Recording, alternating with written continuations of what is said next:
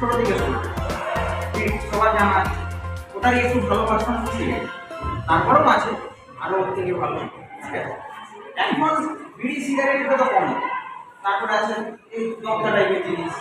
ঠিক আছে, আর আছে কি যেটা আরও বেশি হয় সেটা হচ্ছে মদ।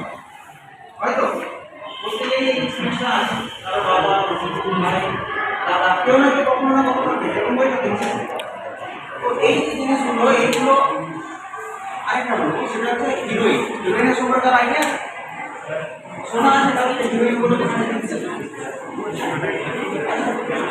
হিরোইনটা হচ্ছে এরকম ময়দা বা আটা, ময়দা বা আটা এরকম দাস কি করে ওটাকে অ্যালুমিনিয়ামের ফয়েল